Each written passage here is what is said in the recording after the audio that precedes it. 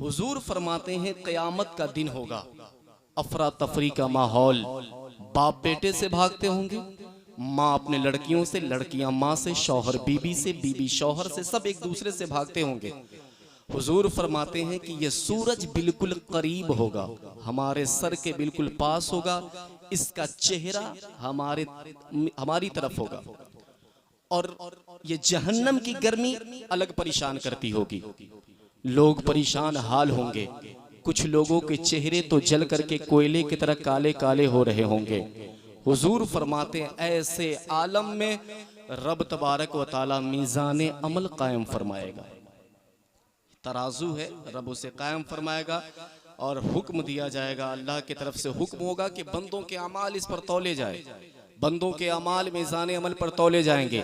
एक बंदा आएगा, मीज़ान अमल पर उसके अमाल रखे जाएंगे तो एक नेकी कम पड़ जाएगी। कितनी नेकी? एक नेकी। मीज़ान अमल पर नेकियां जब रखी जाएगी, बुराइयां रखी जाएगी तो एक नेकी कम पड़ जाएगी। रब फरमाएगा मेरे बंदे जा मैदान महशर में किसी से एक नेकी मांग, अगर कोई तुझे एक नेकी दे देता है तो मैं तुम्हें जन्नत में दाखिल कर दूंगा। इंसान बड़ा खुश होगा कि एक ही नेकी का तो मामला है, चलो किसी से मांगते हैं, लेकिन महशर के मंजर को देख करके उसके कदम आगे नहीं बढ़ेंगे, वहीं पे रुक जाएगा। फिर दिल से यह आवाज आएगी कि जिंदगी जब हमें सूली पे चढ़ा देती है, माँ तो उस वक्त भी जीने की दुआ देती है। ये हकीकत है, बुजुर्गों ने कहा माँ की दुआ अर्शे आजम के भी पाए को हिला देती है। कोई नेकी दे या ना दे, मेरी माँ मुझे जरूर नेकी देगी। ये सोच करके इंसान अपनी माँ के पास जाएगा मैदान महशर में कि कोई नेकी दे या नहीं दे, माँ तो जरूर नेकी देगी ना। ये सोच करके इंसान अपनी माँ के पास जाएगा और कहेगा माँ तेरा नूरे नजर तेरे सामने खड़ा है, तेरे जिगर का टुकड़ा, तेरा लखते जिगर तेरे सामने खड़ा है। ओ माँ वो बेटा तेरे सामने खड़ा है कि अगर ये बचपन में किसी चीज की ख्वाहिश कर देता था तो तू अपनी ख्वाहिशों का गला घोट करके इसकी ख्वाहिशें पूरी किया करती थी। ए माँ वो बेटा तेरे सामने खड़ा है कि बचपन में अगर ये 5 रुपए मांगता था तो तू इसे 10 रुपए देती थी। ए माँ वो बेटा तेरे सामने खड़ा है कि अगर ये बचपन में बिस्तर गीला कर देता था तो गीले बिस्तर पे तू खुद सोती थी, मुझे सूखे पे सुलाती थी। आज वही बेटा तेरे सामने खड़ा है, माँ आज तेरे बेटे को कुछ नहीं चाहिए, सिर्फ एक नेकी चाहिए। अगर तू अपने बेटे को एक नेकी दे देती है ना तो तेरा बेटा जन्नत में चला जाएगा। आप क्या समझते हैं? माँ से एक नेकी मांगेंगे तो माँ कहेगी ले बेटा 10 ले जा, एक की बात करता है 10 ले जा। नहीं, हदीस पाक का मफहूम है, नबी फरमाते हैं कि माँ उस वक्त डायरेक्ट इनकार कर जाएगी। माँ कहेगी तू मेरा बेटा है, मैं तुम्हें नहीं पहचानती। अपनी माँ मैदान महशर में अपने बेटे को पहचानने से इनकार कर जाएगी। वजह क्या? एक नेकी बेटा मांगेगा। इस वजह से माँ इसलिए इनकार करेगी कि माँ खुद नफसी नफसी के आलम में होगी, माँ को खुद नेकियों की जरूरत होगी। तो अब सोचिए मैदान महशर में जब अपनी माँ एक नेकी नहीं दी तो मैदान महशर में कौन एक नेकी देगा? ये दोस्तों का हुजूम जो मोबाइल के स्क्रीन पर गुनाहों की दावत देते हैं, देखो ना कितना अच्छा गाना लॉन्च हुआ है, ये मैदान महशर में नेकी देंगे। ये पड़ोसी जो एक एक बालिश एक एक मुट्ठी जमीन के लिए तलवार लेकर के निकलते, ये मैदान महशर में नेकी देंगे। ये समाज के लोग जो तरक्की करो तो जलना शुरू कर देते, ये मैदान महशर में नेकी देंगे। ये पड़ोसी जो अपने जमीन से गाड़ी को नहीं ले जाने देते हैं, ये मैदान महशर में नेकी देंगे। ओ लोगों, जब अपनी माँ मैदान महशर में नेकी नहीं दी तो मैदान महशर में कोई नेकी नहीं देगा। हदीस पाक का मफहूम है कि बंदा मैदान महशर में एक नेकी के तलाश में दर बदर मारा फिरेगा, जाएगा किसी के पास, कहेगा एक नेकी आगे जाओ, एक नेकी आगे जाओ, एक नेकी आगे जाओ, एक नेकी आगे जाओ। 25,000 साल तक मैदान महशर में दर बदर मारा फिरेगा। 25 साल नहीं, 25,000 साल मैदान महशर में एक नेकी के तलाश में दर बदर मारा फिरेगा। कहीं उसे नेकी नहीं मिलेगी, कहीं नहीं मिलेगी।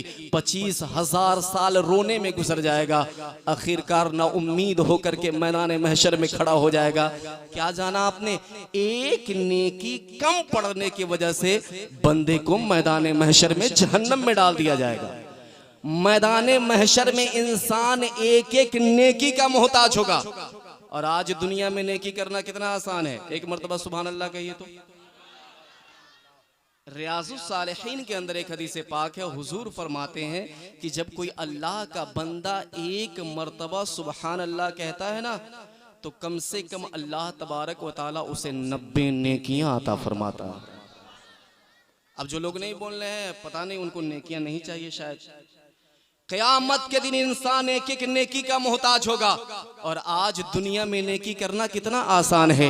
एक मर्तबा महफिल में बोलो कम से कम 90 नेकियां, अल्लाह चाहे तो 90 करोड़ अता फरमाए। ओ लोगों, मैदान महशर में इंसान एक एक नेकी का मोहताज होगा। और आज दुनिया में नेकी करना कितना आसान है। देखिए तो सही, खाना के बगैर जिंदगी का गुजारा नहीं है।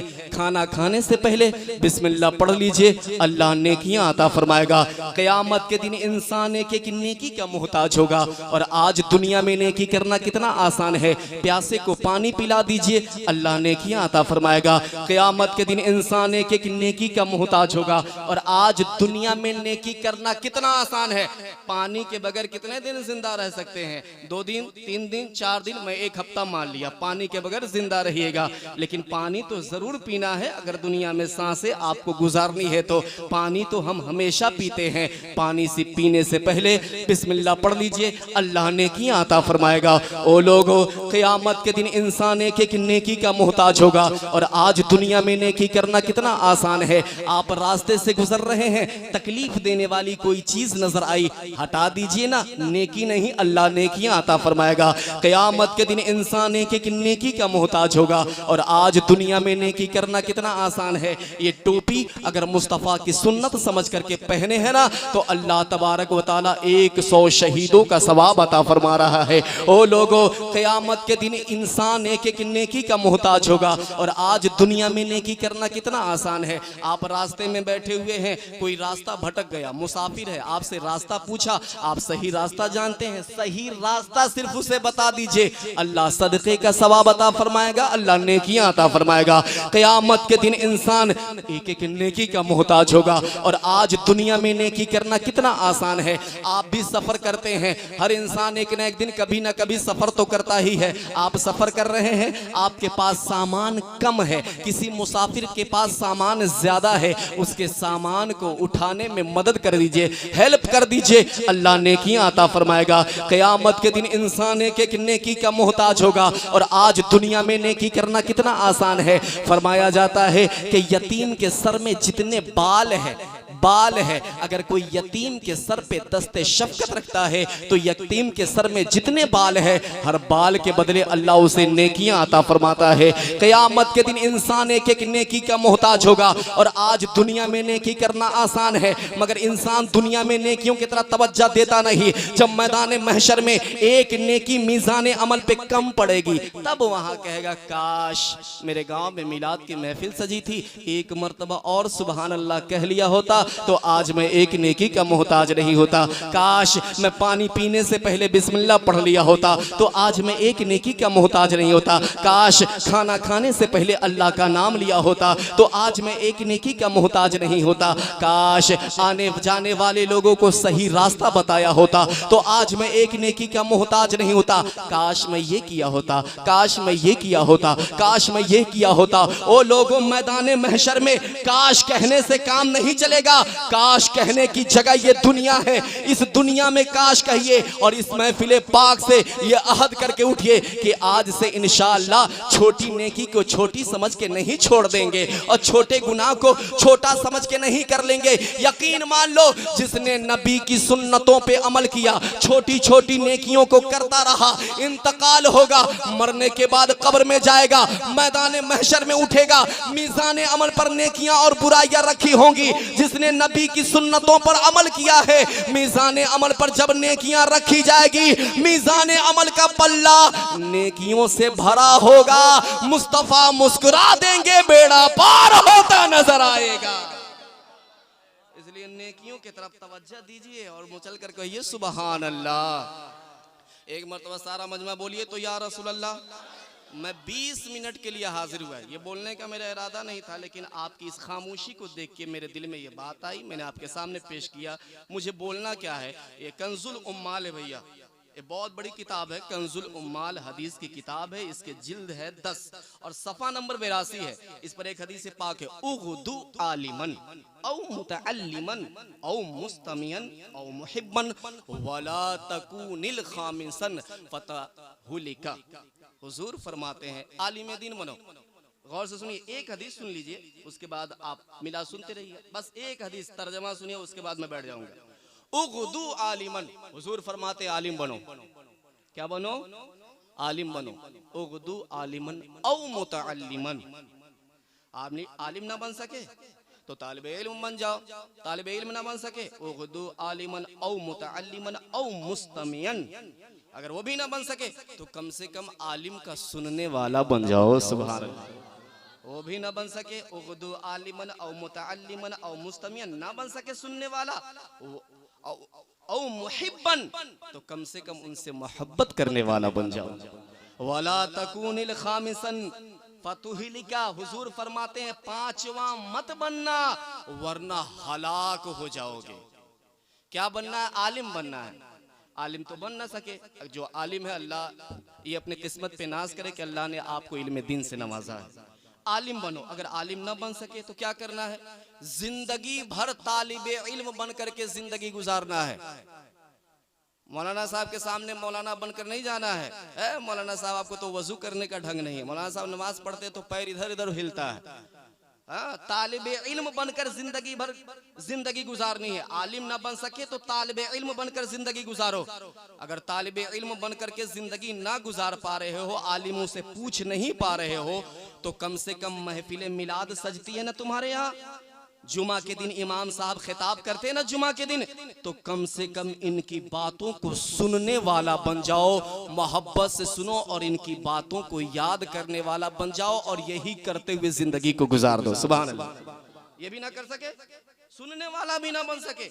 यानी टाइम उस वक्त होता है जब खुतबा का वक्त होता है तब मस्जिद में जाते हो, जब सलाम का वक्त महफिल में होता है तब महफिल में आते हो। वक्त नहीं मिलता है, ठीक है, नहीं मिलता है तो हुजूर फरमाते हैं इतना भी नहीं है तो कम से कम आलिमों से मोहब्बत करने वाला बन जाओ। इसके अलावा पांचवा मत बनना, आलिम बनकर जिंदगी गुजारो या तालिबे इल्म बनकर के जिंदगी गुजारो या आलिम का सुनने वाला बनकर जिंदगी गुजारो या आलिम से मोहब्बत करने वाला बनकर के जिंदगी गुजारो। खुलासा इस हदीस का ये है कि आलिमों से ही तुम्हें मिलकर रहना है। आलिम बनो और नहीं तो आलिमों के दामन को थामे रहना, इनसे अलग मत बनना। वाला तुहलिको, वरना तुम हलाक हो जाओगे। ओ लोगो, आलिमों का दामन मजबूती से थाम लो, इनके दामन को पकड़ लो। अगर इनके दामन को तुम पकड़े रहे तो ना दुनिया में कोई तुम्हें बदअकीदा बिगाड़ सकता है, ना तुम्हारे आमाल जाय हो सकते हैं। आलिमों का दामन थाम लो। नबी फरमाते हैं जिसने किसी आलिम का दामन थाम लिया, गोया वो मुझ मोहम्मद अरबी का दामन थाम लिया। आलिमों के करीब हो जाइए। अब मैंने हदीस सुना दिया ना, अब मैं एक आलिम की हैसियत से इस वक्त मेंबर पर हूँ। ये उलमा बैठे हुए जिम्मेदारी के साथ एक बात बोल रहा हूँ, हवाले के साथ। जिसको एतराज हो बाद में मुझसे मिल लीजिएगा, प्रोग्राम में दखल अंदाजी नहीं कीजिएगा। आज शादी ब्याह में आलिम होने की हैसियत से आलिमाना गुफ्तगू मैं आप तक कर रहा हूँ। हदीस मैंने पेश कर दिया, अब आपको एक्सेप्ट करना पड़ेगा, वरना आप पांचवा हो जाएंगे। पांचवा मत बनिएगा, एक्सेप्ट करना पड़ेगा, सुनना पड़ेगा आपको। और इसे गौर से सुनिए। आज शादी ब्याह में कुछ कमियां नजर आती है और वो कमियां क्या है? लोग अपने बेटे या ए भाई हटाओ ना यार, हटाओ, बाद में चलाना। आज लोग बेटे और बेटियों की शादी बदअकीदों से करने में बिल्कुल नहीं हिचकिचाते हैं। वहाबी देवबंदियों से करने में डर ही नहीं लगता है। सुन लीजिए, खुल्लम खुल्ला बात कर रहा हूं, अगर लड़की वहाबी है या लड़का वहाबी है, दोनों में से किसी एक का अकीदा गड़बड़ है तो निकाह होगा ही नहीं, निकाह होगा ही नहीं। ये उलमा मेरी तायीद कर रहे हैं, आप इसको लिख लीजिए, और नहीं लिख पा रहे हैं तो मोबाइल में रिकॉर्ड कर लीजिए, जाकर फतवा कहीं भी पूछिएगा। निकाह होगा ही नहीं, और निकाह हुआ नहीं तो जब जब इन दोनों मियाँ बीवी का मिलन होगा वो ज़िना में शुमार है। तो आप गुनहगार बन रहे हैं। आप ये मत समझिए, आज लोगों को कहा जाता है वहाबी है मत शादी करो ना, मौलाना जो कलमा पढ़ लिया वो मुसलमान है। अगर हर कलमा पढ़ने वाला मुसलमान होता तो यजीद के बारे में आपकी क्या राय है? हर कलमा पढ़ने वाला मुसलमान होता तो फिर नबी करीम सल्लल्लाहु अलैहि वसल्लम ने जिन मुनाफिकीन को मस्जिद नबवी से निकाला था उनके बारे में आपका क्या ख्याल है? अगर हर कलमा पढ़ने वाला मुसलमान होता तो जाकिर नाइक के बारे में क्या ख्याल है? अगर हर कलमा पढ़ने वाला मुसलमान होता तो तारिक जमील के बारे में क्या ख्याल है? और अभी नया नया तारिक मकसूद नाम का एक मौलवी है, हर कलमा पढ़ने वाला मुसलमान होता तो तारिक मकसूद के बारे में आपका क्या ख्याल है? हर कलमा पढ़ने वाला अगर मुसलमान होता तो रशीद अहमद गंगोई के बारे में आपका क्या ख्याल है? हर कलमा पढ़ने वाला मुसलमान होता तो कासिम नानोतवी के बारे में आपका क्या ख्याल है? इन बदबख्तों ने नबी को अपने तरफ बशर कहा, बल्कि इस्माइल देहलवी इतना बदबख्त कि अल्लाह को माज़अल्लाह झूठा करार दे दिया। क्या आप इनको मुसलमान कहेंगे? ये जो कहे कि अल्लाह झूठ बोल सकता है वो मुसलमान हो सकता है? सुनिए, अगर आपने उनको मुसलमान कहा ना तो आप भी ईमान से खारिज हो जाएंगे, आप भी ईमान से खारिज हो जाएंगे। तो हर कलमा पढ़ने वाला मुसलमान नहीं होता है, हर कलमा पढ़ने वाला मुसलमान नहीं होता है, हर दाढ़ी टोपी वाला मुसलमान नहीं होता है, हर जुब्बा पगड़ी पहनने वाला इंसान मुसलमान नहीं होता है। तो फिर मुसलमान होता है कौन? अरे मुसलमान वही होता है जिसके दिल में मोहब्बत रसूल हो, जिसके दिल में मोहब्बत रसूल हो। नारे तकबीर, नारे रिसालत, उलमाए अहले सुन्नत, मसलके आला हजरत, नारे तकबीर, नारे रिसालत। दौरान तकरीर इधर जमशेद साहिल चलेगा क्या? इधर उलमाए कराम बैठे हुए हैं। देखें, तो जिसके दिल में मोहब्बत रसूल है वही ईमान वाला है। बदअकीदों से रिश्ता नाता मत कीजिए, वो रिश्ता होगा ही नहीं। और सुनिए, इनके साथ बैठना, इनके साथ उठना, इनके साथ खाना पीना, दोनों सब चीज रसूल ने मना फरमाया है। हाँ, हुजूर ने मना फरमाया। बेशुमार अहादीसे करीमा है, वक्त नहीं है, बड़ी लंबी महफिल होने वाली हो, अगर किया तकरीर की जाए लंबी तो बहुत लंबी हो जाएगी ये महफिल, इसलिए इख्तिसार से काम कर रहा हूँ। बदअकीदों के साथ उठना बैठना नहीं। अगर आप अपने बच्चे या बच्चियों की शादी करते हैं तो उसके घर उठना बैठना खाना पीना सब हो जाएगा, और इससे कितना खतरनाक अंदेशा है। सुनिए, अल्लामा जलालुद्दीन सुयूती रहमतुल्लाह अलैह अपनी किताब में लिखते हैं कि एक शख्स जो राफजियों के पास बैठा करता था। किसके पास? राफजियों के पास बैठा। राफजी किसे कहते हैं मालूम है? हजरत अबू बकर सिद्दीक और हजरत उमर इब्ने खत्ताब रदियल्लाहु ताला अन्हु को ये लोग बुरा भला कहते हैं। इनके बारे में इनके गलत ख्यालात हैं और इन्हें कुफ्र का फतवा इनके ऊपर है, ये काफिर है। तो एक शख्स था जो राफजियों के पास बैठा करता था। आला हजरत ने अपने मलफूज के अंदर भी इसे नकल, मलफूज के अंदर आला हजरत के जो है उसमें नकल ही है, और मैंने हवाला दे दिया अल्लामा जलालुद्दीन सुयूती का। राफजियों के पास बैठा करता था। जब उसका इंतकाल का वक्त करीब आया, इंतकाल के वक्त करीब आया तो लोग कलमा पढ़ने की तलकीन कर रहे थे। जब किसी का इंतकाल का वक्त होता है तो चारों तरफ से लोग कलमा पढ़ते ना, ला इलाहा इल्लल्लाह। आप लोग भी पढ़ लीजिए, ला इलाहा इल्लल्लाह मुहम्मद रसूलुल्लाह। सब लोग कलमा पढ़ रहे हैं, सब कलमा पढ़ रहे हैं, और उसे भी तलकीन की गई कलमा पढ़ने की। तो उसने कहा, मुझसे कलमा नहीं पढ़ा जा रहा है, मुझसे कलमा नहीं पढ़ा जा रहा है। क्यों नहीं पढ़ा जा रहा भाई? क्यों क्यों? तो उसने बेखास्ता कहा, सुनो ना, मैं कलमा पढ़ना चाह रहा हूं, मगर ये दो फरिश्ते मेरे सामने खड़े हैं, ये लोग मुझे कलमा नहीं पढ़ने दे रहे हैं। ये दो फरिश्ते मेरे सामने खड़े हैं जो कलमा नहीं पढ़ने दे रहे हैं। वजह ये है, ये दोनों फरिश्ते कह रहे अच्छा तू अबू बकरो उमर को गाली देने वाले शख्स के साथ उठा बैठा करता था, उसी के साथ चाय पीता था, उसी के साथ खाना खाता था, उसी से दोस्ती रखा था। अबू बकरो उमर को जो गालियां देता था तू उसके साथ उठा बैठा करता था, उसके साथ खाया पिया करता था। अब चाहता है कि दुनिया से ईमान पर मेरा खात्मा हो। तेरा खात्मा ईमान पर नहीं होगा तो दुनिया से कुफ्र पर जाएगा। तू अबू बकरो उमर के दुश्मन के साथ जिंदगी गुजारता था। ओ मुसलमानों, अबू बकरो उमर के साथ जिंदगी गुजारने वाले शख्स का खात्मा जब ईमान पर नहीं हो रहा है तो अल्लाह और रसूल के गुस्ताख के साथ जिंदगी गुजारने पर कैसे खात्मा ईमान पर होगा। खुदारा होश में आओ और होश के नाखून लो और नबी का वफादार बन जाओ और सच्चे आशिक बन करके जिंदगी गुजारो। सच्चे आशिक बन करके जिंदगी गुजारा, मर जाओगे लोग तुम्हें कब्रिस्तान में लेकर के जा रहे होंगे, जिनको जो पढ़ना होगा वो पढ़ते होंगे, लेकिन तुम ये शेर कहते हुए जाओगे लहद में इश्के रुखे शाह का दाग लेके चले, अंधेरी रात सुनी थी चराग लेके चले। आपको चाहिए कि बदअकीदों से दूर रहे। बातें लंबी हो रही है। अच्छा आप लोग कहिएगा 10 मिनट बोले, मुस्कुरा कर कह दीजिए सुभान अल्लाह। एक मर्तबा कहिए या रसूल अल्लाह। ए भाई बोलने में या रसूल अल्लाह कहने में दिक्कत नहीं ना है?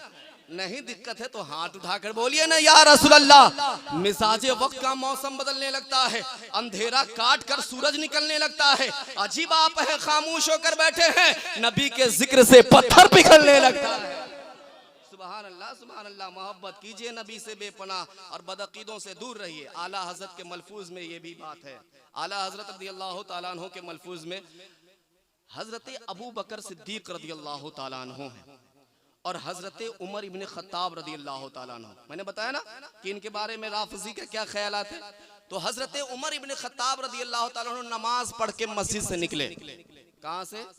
मस्जिद से जैसे ही हजरत उमर इब्न खत्ताब निकले, एक मुसाफिर नजर आया हजरत उमर इब्न खत्ताब को। हजरत उमर इब्न खत्ताब ने उसे लिया और लेकर के अपने काशाना पे चले गए, अपने घर ले गए और जाकर के हुक्म दिया घर वालों को खाना का इंतजाम किया जाए। दस्तरखान लगाया गया, खाने का इंतजाम किया गया। गुफ्तगू होने लगी दस्तरखान पे। क्या होने लगी? गुफ्तगू, बातचीत होने लगी। आज लोग दस्तरखान पे बैठ जाइए ना, दस्तरखान पे बैठिए खाना खाने के लिए, तो गांव में ये बात मशहूर है कि खाने के वक्त बात नहीं करनी चाहिए। ए भाई, खाने के वक्त बात करनी चाहिए। आप कहेंगे क्यों? तो सुनिए ना, ये राफजियों का तरीका है, राफजियों का तरीका है, यहूदो नसारा का तरीका है कि खाने के वक्त वो बात नहीं करने देते हैं, बात नहीं करते हैं। मुस्तफा ने फरमाया उसकी मुखालिफत करो। ओ लोगो, जब तुम खाना खाया करो तो चुपचाप खाना मत खाना, बल्कि खाना खाते वक्त तुम उसकी मुखालिफत करना, यानी अच्छे बातें किया करना। सुभान अल्लाह। खाना चुपचाप नहीं खाना, बात करते रहनी है। अब बात तो यहाँ वहाँ की फालतू बातें नहीं, घिनौनी बातें नहीं, बल्कि कुछ अच्छी बातें करते रहनी है खाने के वक्त। तो अब खाने के दौरान हजरत उमर इब्न खत्ताब है और सामने वो मेहमान है, दस्तरखान पे खाना लगा हुआ है। गुफ्तगू शुरू हो गई। गुफ्तगू करते करते उसके मुंह से, उसके जबान से कुछ बदअकीदगी जाहिर हुई, बदअकीदगी जाहिर हुई। हजरत उमर इब्न खत्ताब रज़ियल्लाहु ताला अन्हु ने हुक्म दिया अपने घर वालों को तुरंत दस्तरखान खींच लिया जाए, तुरंत दस्तरखान हटाओ, खाना हटाओ यहाँ से। अगर ईमानदारी के साथ बताइए, अगर हमारे और आपके दरमियान कोई ऐसा आ जाता, बदअकीदा होता, अरे खाना पर बैठ गया छोड़ दो ना, खाना पे बैठ गया छोड़ दो ना, हमारा ईमान मजबूत है कि उमर इब्न खत्ताब का ईमान। ईमानदारी के साथ बोलिए, बोलते क्यों नहीं है? किसका ईमान मजबूत है? मेरा ईमान कि उमर इब्न खत्ताब का ईमान। उमर इब्न खत्ताब का ईमान मजबूत है। और मजबूत ही नहीं, नबी फरमाते हैं कि क़यामत का दिन आएगा तो मैं जन्नत में सबसे पहले जाऊंगा, मेरे साथ अबू बकर उमर होंगे। ओ लोगों, ईमान इतना मजबूत उमर इब्न खत्ताब का। उमर इब्न खत्ताब ने कहा जल्दी दस्तरखान हटाओ, हटाओ, खाना यहाँ से खींच लो। खाना हटा लिया गया, दस्तरखान खींच लिया गया और उस बदबख्त को भटका दिया गया। ओ लोगों, तुम भी कहते हो कि हम सहाबा से मोहब्बत करने वाले हैं, नबी से मोहब्बत करने वाले हैं, तो नबी से मोहब्बत ऐसी करो ना जैसे उमर इब्ने खत्ताब ने किया है। नबी से मोहब्बत ऐसी करो ना जैसे अबू बकर सिद्दीक ने किया है। नबी से मोहब्बत ऐसी करो ना जैसे अली मुर्तजा ने किया है। नबी से मोहब्बत ऐसी करो ना जैसे उस्मान गनी ने किया है, अबू हुरैरा ने किया है, सलमान फारसी ने किया है। इन लोगों ने मोहब्बत कैसी किया? नबी की गुस्ताखी इन्हें बर्दाश्त न थी, और जो नबी के गुस्ताखी, नबी की बारगाह में गुस्ताखी करते थे, इनसे इनका रिश्ता नाता नहीं था। इनकी तरह मोहब्बत करो, इनकी तरह तुम मोहब्बत करो तो ये दुनिया भी कामयाब हो जाएगी और आखिरत भी तुम्हारी कामयाब होते नजर आएगी। इनकी तरह मोहब्बत कीजिए अगर कामयाब होना चाहते हैं। अच्छा, ऐसे आलम में कुछ लोग कहेंगे मौलाना साहब आप लोग तो पढ़े लिखे हैं, मौलाना साहब आप पढ़े लिखे हैं, मौलाना लोग पढ़े लिखे हैं, ये लोग तो पहचान लेंगे कि वहाबी कौन है, देवबंदी कौन है, राफजी कौन है, खारजी कौन है, बदअकीदे कौन है, ये कौन कौन है आप लोग पहचान लीजिएगा। इसलिए डॉक्टर जानता है कि कौन मरीज को क्या हुआ है ना, डॉक्टर को अच्छी तरीके से खबर है, सब जानते हैं। तो मौलाना साहब आप लोग पहचान लीजिएगा, हम कैसे पहचान? आज मैं पहचान देकर जा रहा हूँ, दे दूं कि छोड़ दूं? सुन लीजिए, मुस्कुरा कर कहिए सुभान अल्लाह। पहचान, पहचान। इमाम ज़ैनुल आबिदीन को जानते हैं आप? ज़ैनुल आबिदीन को जानते हैं ना? ये तो उलमा बैठे, आप जानते हैं ना? हजरत ज़ैनुल आबिदीन कौन है? इमाम हुसैन के बेटे हैं। सुभान अल्लाह। इमाम हुसैन कौन है बताने की जरूरत नहीं, सुन लीजिए। इमाम हुसैन कौन है? इमाम हुसैन की माँ फातिमा ज़हरा है। सुभान अल्लाह। बाबा अली मुर्तजा है, नानी उम्मुल मोमिनीन आयशा सिद्दीका है, नाना सैयदुल अंबिया है। शायर कहता है कौनैन में बुलंद है रुतबा हुसैन का, फर्शे ज़मीन से अर्श तक शोहरा हुसैन का, बेमिसल है जहां में कुंबा हुसैन का, सुल्तान दो जहां है नाना हुसैन।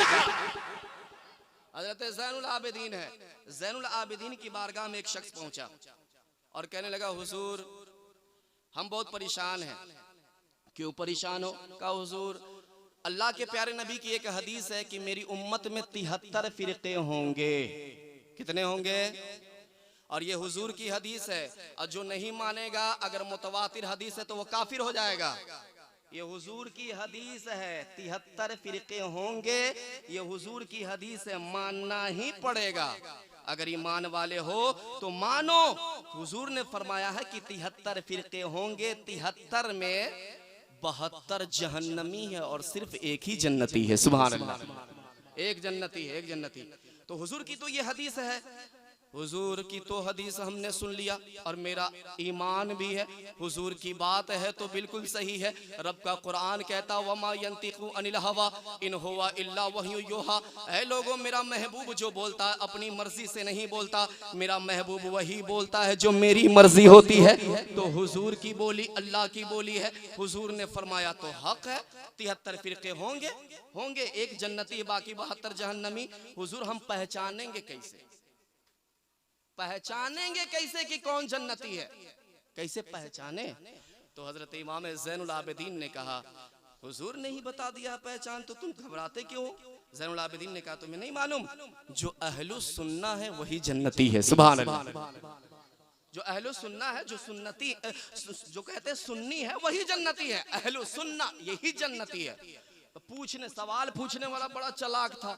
कहता हुजूर सब अगर इसी टाइटल के साथ आने लगे, सब इसी लेवल के साथ आने लगे और सब कहने लगे, आज वहाबी से पूछिए ना तो वो भी कहेगा हम सुन्नी हैं, देवबंदी से पूछे तो वो भी कहेगा हम सुन्नी है, गैर मुक़ल्लिदीन से पूछे वो भी कहेगा हम सुन्नी है, ये सब के सब कहते हैं हम सुन्नी है। तो सवाल करने वाला बड़ा चालाक था। कहा हुजूर आपने फरमाया जो अहलु सुन्ना है वो जन्नती है, लेकिन सब इसी लेवल के साथ, सब इसी टाइटल के साथ आने लगे और कहने लगे हम अहलु सुन्ना है, हम अहलु सुन्ना है, हम अहलु सुन्ना है, हम सुन्नी है, हम सुन्नी है। तब कैसे पहचानेंगे कि कौन सुन्नी है? हम कैसे पहचानेंगे कौन सुन्नी है? तो पहचान सुन लीजिए, इमाम हुसैन के बेटे ज़ैनुल आबिदीन ने कहा था, ओ मेरे आशिक नबी के चाहने वाले गौर से सुनो, अगर तुम्हें पहचान ना हो, सब ये कहे कि हम अहले सुन्ना है, हम सुन्नी है, हम सुन्नी है, तो फिर मैं तुम्हें एक पहचान दे रहा हूँ। वो पहचान ये है कि जब सब लोग आने लगे कहने लगे हम सुन्नी, हम सुन्नी, हम सुन्नी, जब पहचानना मुश्किल हो जाए तो देखना कौन सी जमात नबी की बारगाह में कसरत के साथ दुरूदो सलाम पेश कर रही है।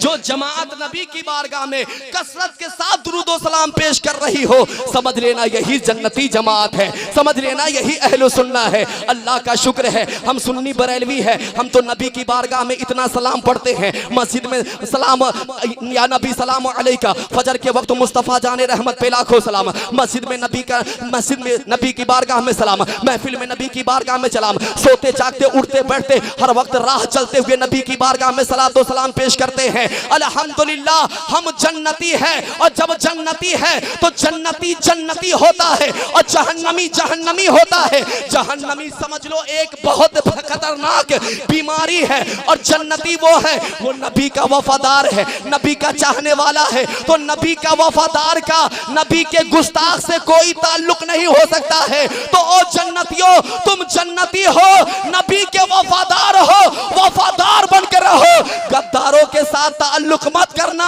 अगर गद्दार के साथ ताल्लुक करोगे तो हो सकता है मैदान महशर में तुम फंस जाओ। वफादारों के साथ रहना, तुम्हारी दुनिया भी कामयाब हो जाएगी और आखिरत भी इंशाअल्लाह कामयाब होती नजर आएगी। पहचान मिल गई ना, पहचान मिल गई ना कि कौन अहले सुन्ना है और कौन सुन्नी है, समझ